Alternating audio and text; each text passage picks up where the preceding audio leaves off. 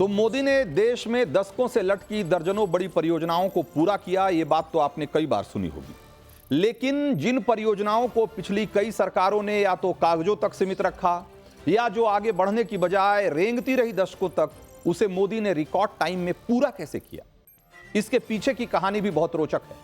और एक कहानी प्रगति की कहानी है, जिसे एक विस्तृत रिपोर्ट के तौर पर तैयार किया गया है और इसे तैयार किया है ऑक्सफोर्ड यूनिवर्सिटी ने, और जिस पर बिल गेट्स जैसे बड़े लोगों की मुहर लगी हुई है। प्रधानमंत्री नरेंद्र मोदी ने अपने फर्स्ट टर्म में यानी कि साल 2015 के मार्च में डिजिटल गवर्नेंस के एक यूनिक मॉडल की बुनियाद रखी थी और उसका नाम दिया था प्रगति। अंग्रेजी में प्रगति, और जो कि एक शॉर्ट फॉर्म है, उसका फुल फॉर्म है proactive governance and timely implementation. Pragati बनाने के पीछे पीएम मोदी की सोच यह थी कि इसके जरिए वो देश के विकास से जुड़े बड़े और महत्वपूर्ण प्रोजेक्ट्स की सीधी निगरानी रखें ताकि उन्हें समय पर पूरा किया जा सके, यानी विकास का कोई काम लंबे समय तक अटका हुआ न रहे। साल 2015 में पीएम मोदी ने मिशन शुरू किया और आज ऑक्सफोर्ड की जो रिपोर्ट आई है वो कह रही है कि पीएम के 10 साल पुराने मिशन का गजब का इंपैक्ट दिखाई दे रहा है। रिपोर्ट कहती है कि पीएम के प्रगति मॉडल की वजह से देश में $205 बिलियन की विकास की 340 परियोजनाओं ने रफ्तार पकड़ी है और इनमें से कई प्रोजेक्ट्स तो दशकों से लटके हुए थे।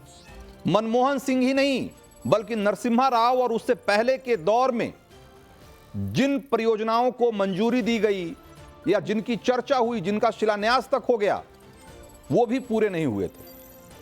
पीएम मोदी के बनाए इसी प्रगति मॉडल के जरिए उन्हें अब पूरा किया जा रहा है और यह संभव इसलिए हुआ है क्योंकि प्रगति मॉडल के तहत विकास की जिन प्रोजेक्ट्स को मोदी उठाते हैं उससे जुड़े हर विभाग की मीटिंग खुद लेते हैं, यानी बीच की सारी लाल फीताशाही, सारी ब्यूरोक्रेसी एक तरीके से हवा हो जाती है। ना अफसरशाही काड़ंगा और ना रिश्वतखोरी वाला पंगा, सब गायब। सीधे मोदी के सामने डिस्कशन और फिर तय वक्त पर डिलीवरी। आपको बस थोड़ी देर में बताएंगे कि वो कौन कौन से प्रोजेक्ट्स हैं जिसमें पीएम मोदी के प्रगति मॉडल की वजह से जबरदस्त प्रगति हुई है। लेकिन उससे पहले यह जान लीजिए कि पीएम मोदी ये कैसे तय करते हैं कि उनका ये मॉडल बहुत कारगर साबित हो, इफेक्टिव साबित हो, प्रभावशाली हो। और आप तो जानते ही हैं कि पीएम मोदी टेक्नोलॉजी के एक बहुत बड़े पैरोकार हैं। उन्होंने इस मॉडल को भी तकनीक से जोड़ा है और तकनीक की ताकत दी है। जब भी प्रगति की मीटिंग होती है तो पीएम के साथ उस प्रोजेक्ट के सबसे सीनियर अधिकारी वीडियो कॉन्फ्रेंसिंग पर उनके साथ जुड़ते हैं और प्रोजेक्ट की स्टेटस रिपोर्ट देते हैं। प्रधानमंत्री नरेंद्र मोदी सिर्फ कागज और जुबान पर भरोसा नहीं करते, बल्कि उन्हें इसी बैठक में प्रोजेक्ट का पूरा वीडियो रिपोर्ट भी दिखाना होता है। अगर किसी सड़क या पुल के प्रोजेक्ट को लेकर यह बैठक हो रही है तो पीएम को उस सड़क और पुल का ड्रोन वीडियो दिखाया जाता है। यहां पीएम खुद प्रगति जांचते हैं, खुद देखते हैं कि उसमें कितना प्रोग्रेस हुआ है और इसमें कोई खामी तो नहीं है। अगर कुछ उन्हें खामी नजर आती है तो इसका सीधा जवाब भी अधिकारियों को, पीएम को ही देना होता है। और हर मीटिंग के आखिर में प्रधानमंत्री पहले से तय डेडलाइन की याद सबको दोबारा दिलवाते हैं। उन्हें बता देते हैं कि इसकी डेडलाइन क्या है और इसे कब पूरा करना है, कब तक पूरा करना है। तो यह स्पष्ट कर देते हैं कि प्रगति वाला प्लेटफॉर्म बनाया ही इसीलिए गया है कि आपको टाइम पर प्रोजेक्ट पूरा करना है और अगर किसी विभाग ने देरी की तो समझिए कि उसकी खैर नहीं। अब आप सोचेंगे कि यहां तो हर मुद्दे पर केंद्र और राज्य का लफड़ा लगा रहता है, तो यह प्लेटफॉर्म काम कैसे करता है और इतना प्रभावशाली यह कैसे साबित हो रहा है। तो इसमें ज्यादातर जो प्रोजेक्ट्स हैं जो प्रगति में लिए गए हैं वो सीधे सीधे केंद्र की जिम्मेदारी वाले होते हैं और राज्य से सचिव स्तर के के अधिकारी होते हैं वो इसमें जोड़े जाते हैं।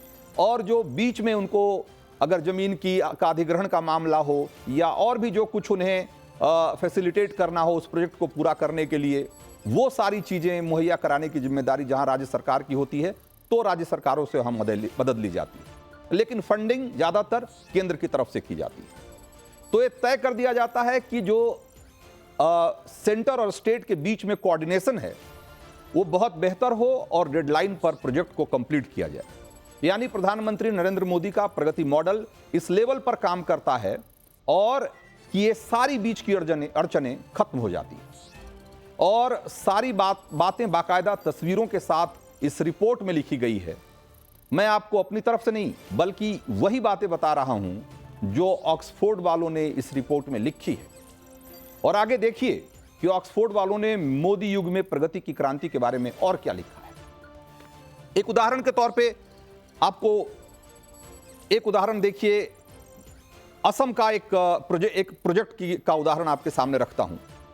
असम में देश का सबसे लंबा बोगीबिल रेल रोड ब्रिज है। 1997 में तत्कालीन प्रधानमंत्री एचडी देवगौड़ा ने पुल का शिलान्यास किया था। 1997 सोचिए। और मकसद क्या था? इसके जरिए ब्रह्मपुत्र नदी के उत्तर और दक्षिण तट को जोड़ना और इस इलाके के आर्थिक विकास के लिए पुल बहुत जरूरी था, क्योंकि फायदा असम के साथ साथ अरुणाचल प्रदेश को भी होना था। जाहिर है कि शिलान्यास के बाद लंबे वक्त तक के पुल सिर्फ कागजों में आगे बढ़ता रहा। देरी होती रही और लागत बढ़ती रही। शुरू में अंदाजा लगाया गया था कि 1000 करोड़ रुपए लगेंगे इसको बनाने में, और आखिर में जो फाइनल कॉस्टिंग आई वो 5920 करोड़, यानी कि 6 गुना। मई 2015 में पीएम मोदी ने प्रगति मीटिंग में इस प्रोजेक्ट को उठाया, जिसके बाद सिस्टम तेजी से काम करने लगा। सारे टॉप अधिकारी इंस्पेक्शन के लिए साइट पर बिल्कुल राइट टाइम जाने लगे। सेंटर और स्टेट के विभागों के बीच में जो पंगेबाजी थी वो भी एक झटके में दूर हो गई, और जो पुल 20 साल से लटका हुआ था, दिसंबर 2018 में प्रधानमंत्री नरेंद्र मोदी ने उसका उद्घाटन कर दिया। तो देश में बहुत सारे लोग पूछते आए हैं कि वो दिन कब आएगा जब देश में किसी कोने से ट्रेन में सवार होकर वो श्रीनगर रेलवे स्टेशन पर उतरेंगे। ऑक्सफोर्ड की रिपोर्ट कहती है कि इसका जवाब भी पीएम मोदी के प्रगति मॉडल से ही मिलने वाला है, और वो भी बहुत जल्द। और ये इसलिए मुमकिन होगा क्योंकि जम्मू उधमपुर श्रीनगर बारामूला रेल लिंक पूरा होने वाला है। कश्मीर घाटी जहां सालों भर सैलानी पहुंचते हैं, वहां जाने के लिए रोड और फ्लाइट वाला ही जरिया था। इसीलिए साल 1995 में जम्मू उधमपुर श्रीनगर बारामूला रेल लिंक की बुनियाद रखी गई। चुनौती बहुत बड़ी थी क्योंकि हिमालय की चोटी, गहरी खाई और तमाम मुश्किल परिस्थितियों में रेल लाइन बिछानी थी। 38 टनल बनाने थे, जिनमें से एक टनल की लंबाई तो 13 किलोमीटर लंबी होनी, और सिर्फ 7 किलोमीटर का ही ट्रैक ओपन एयर में था इस स्ट्रेच पर, बाकी सब सुरंगों से होकर गुजरना था। इस रेल लाइन को पूरा करने के लिए चेनाब नदी पर दुनिया का सबसे ऊंचा रेलवे ब्रिज भी बनाना था, जो चेनाब नदी के से करीब 359 मीटर ऊपर है। आप ये जानकर हैरान रह जाएंगे कि जब साल 2015 में पीएम मोदी ने इस रेल लाइन को प्रगति प्लेटफॉर्म पर उठाया, तो उसके पहले 20 सालों में इस प्रोजेक्ट के सिर्फ उन हिस्सों को ही पूरा किया जा सका था जो या तो समतल इलाकों में थे या जहां चुनौतियां कम थी। इधर जम्मू से कटरा तक की लाइन पूरी हुई थी, और उधर घाटी में बनिहाल से बारामूला तक का स्ट्रेच पूरा हुआ था। लेकिन जो सबसे बड़ी चुनौती थी, कटरा से बनिहाल तक की 111 किलोमीटर लंबी रेल लाइन, इस पर इतने सालों में एक ईंट भी रखने का काम नहीं हुआ था। यानी देश को कश्मीर से रेल लाइन के जरिए जोड़ने का मिशन जो था वो अधर में लटका हुआ था। लेकिन पीएम मोदी ने जब अपने प्रगति मॉडल के तहत इस प्रोजेक्ट को पूरा करने का बीड़ा उठाया, तो प्रोजेक्ट के काम ने रफ्तार पकड़ ली, और पीएम मोदी ने तय किया था कि उनके टेबल पर हर हफ्ते इस प्रोजेक्ट की डेवलपमेंट रिपोर्ट होनी चाहिए। केंद्र शासित प्रदेश होने के बाद इस प्रोजेक्ट को और इसमें तेजी आई। मोदी सरकार ने पूरी ताकत झोंक दी। सुरक्षा के लिए आर्मी को लगा दिया, जो इसके कंस्ट्रक्शन में इस्तेमाल होने वाली चीजों को ढोने के लिए जो ट्रक जाते थे उसको एस्कॉर्ट करते थे। और इसका इंपैक्ट क्या हुआ? साल 2015 के बाद जब साल 2020 में इसकी बैठक हुई, तो इस प्रोजेक्ट का करीब 3/4 काम पूरा हो चुका था, और अगले साल यानी कि 2025 में बहुत मुमकिन है कि आप देश के किसी कोने से भी श्रीनगर की रेल यात्रा कर पाएंगे। तो एक दिलचस्प बात और जान लीजिए, ये प्रगति प्लेटफॉर्म वाली कोशिश पीएम मोदी की सोची समझी रणनीति का नतीजा है। पीएम जब 2001 में गुजरात के सीएम थे, तब उन्होंने प्रगति की ही तरह एक और प्लेटफॉर्म बनाया था जिसका नाम था स्वागत, और उस स्वागत का मतलब था state wide attention on grievances by application of technology. यानी सीएम से लेकर पीएम तक बनने तक का जो मिशन है, उसमें उनका विजन एकदम क्लियर था। तकनीक के इस्तेमाल से विकास की रफ्तार को बढ़ाना, और वो रफ्तार किस प्रोजेक्ट में बढ़ी है आपको एक बार फिर और दिखाता हूं। हमने तो सिर्फ 2 उदाहरण आपको बताए, लेकिन ऐसे बहुत सारे उदाहरण हैं कि जो ये बताते हैं कि प्रगति मॉडल के जरिए बहुत सारे बड़े बड़े प्रोजेक्ट्स को बहुत रफ्तार दी गई है। जैसे बेंगलुरु मेट्रो रेल का प्रोजेक्ट है, आप देखिए, फर्स्ट फेज 2017 में, सेकंड फेज 2026 में और थर्ड फेज 2028 में इसका एक तरीके से शुरू हो जाएगा। इसी ढंग से हरदासपुर पारादीप रेल लाइन उड़ीसा का है, शिलान्यास हुआ था 1997 में और तब से बहुत धीरे धीरे काम चल रहा था। उद्घाटन 2020 में इसका मोदी जी ने किया। उसी ढंग से दहिसर सूरत नेशनल हाईवे, शुरुआत इसकी 2000 में हुई और कंप्लीट हुआ 2021 में। यानी कि इतने सालों तक ये बहुत धीमी रफ्तार से बढ़ती रही चीजें, लेकिन प्रगति के प्लेटफॉर्म पे आने के बाद इसकी रफ्तार को 4 चांद लगे और देखिए क्या हुआ। उसी ढंग से उत्तरी कर्णपुरा, माफ करिएगा जरा एक बार फिर से दिखाइए वो पीछे की प्लेट,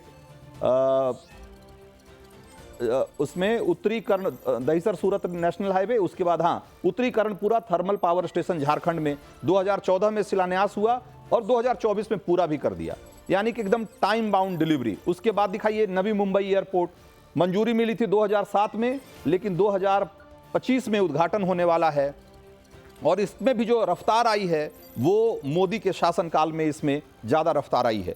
तो इस तरह के बहुत सारे प्रोजेक्ट हैं जो कि मोदी के शासनकाल में, जिस पे कि बहुत तेजी से काम हुआ और अब वो पूरा होने की कगार पे है।